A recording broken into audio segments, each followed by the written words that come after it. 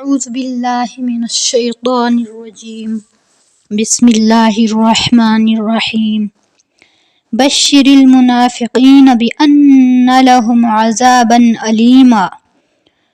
خوشخبری سنا دو منافقین کو کہ ان کے لیے عذاب ہے دردناک، ذلت والا عذاب، درد دینے والا عذاب ہے ان کے لیے۔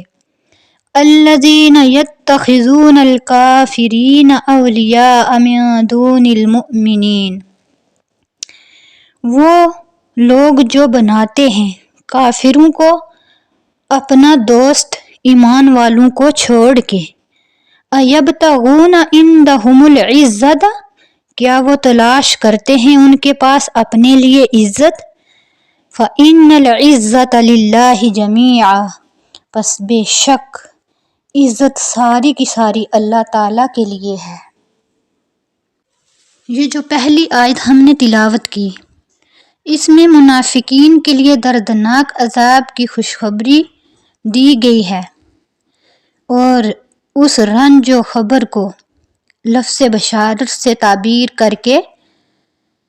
اس طرف اشارہ فرما دیا گیا کہ ہر انسان اپنے مستقبل کے لیے خوشخبری سننے کا منتظر رہا کرتا ہے، مگر منافقین کے لیے اس کے سوا کوئی خبر نہیں، ان کے لیے بشارت کے بدلے میں یہی خبر ہے۔ دوسری آیت کے اندر یہ فرمایا کہ کفار و مشرکین کے ساتھ دوستانہ تعلقات رکھنا، دوستیاں رکھنا اور گل مل کر رہنے کی ممانعت، اور ایسے کرنے والوں کے لیے وعید کا ذکر ہے،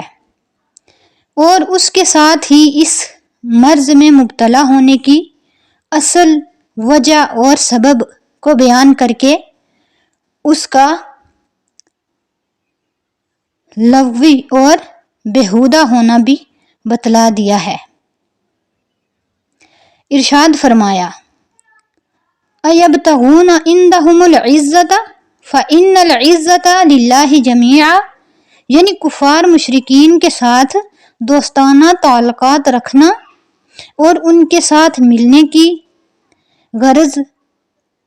اکثر یہی ہوتی ہے کہ ان کی ظاہری عزت اور طاقت سے جو متاثر ہو کر یوں خیال کیا جاتا ہے کہ ان سے دوستی رکھی جائے تو ہمیں بھی ان سے عزت اور طاقت حاصل ہو جائے گی۔ حق تعالی شانہ نے اس بے فضول خیال کی حقیقت اس طرح کھول کر فرمائی کہ تم ان کے ذریعے عزت حاصل کرنا چاہتے ہو، جن کے پاس عزت خود ہی نہیں۔ عزت جس کے معنی ہیں طاقت، غلبہ، سربلندی، وہ صرف اللہ تعالیٰ کے لیے محسوس ہے، یعنی ساری عزتیں اللہ تعالیٰ کے لیے ہیں، اور مخلوق میں سے جس کسی کو بھی کبھی کوئی قوت اور بلندی اور فتح نصیب ہوتی ہے وہ سب اللہ تعالیٰ کا دیا ہوا ہے۔ تو اس قدر بے عقلی کی بات یہ ہے کہ عزت حاصل کرنے کے لیے اصل عزت کے مالک اور عزت دینے والے کو تو ناراض کیا جائے اور اس کے دشمنوں کے ذریعے عزت حاصل کرنے کی کوشش کی جائے۔ قرآن مجید کی سورہ منافقین میں بھی یہی مضمون ایک اضافے کے ساتھ اس طرح آیا ہے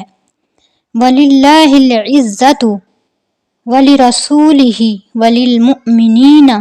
وَلَكِنَّ الْمُنَافِقِينَ لَا يَعْلَمُونَ، یعنی عزت تو صرف اللہ کے لیے ہے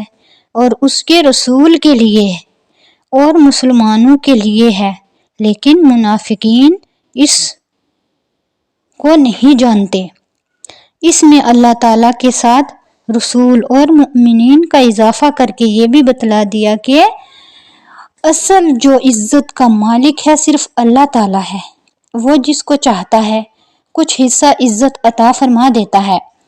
اور اللہ تعالیٰ کے رسول اور ان پر ایمان لانے والے کیونکہ اس کے نزدیک محبوب اور مقبول ہیں، اسی لیے